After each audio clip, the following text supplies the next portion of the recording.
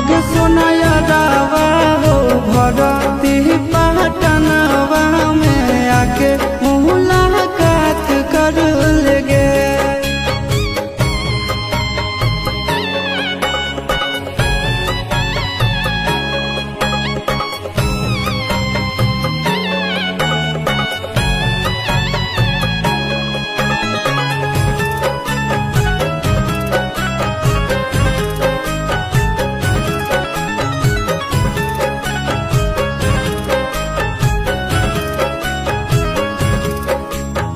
मरे घड़ी पनिया पिलाई दी है जान गे, कफन ओढ़ाई दी है टूटत ही जब प्राण गे।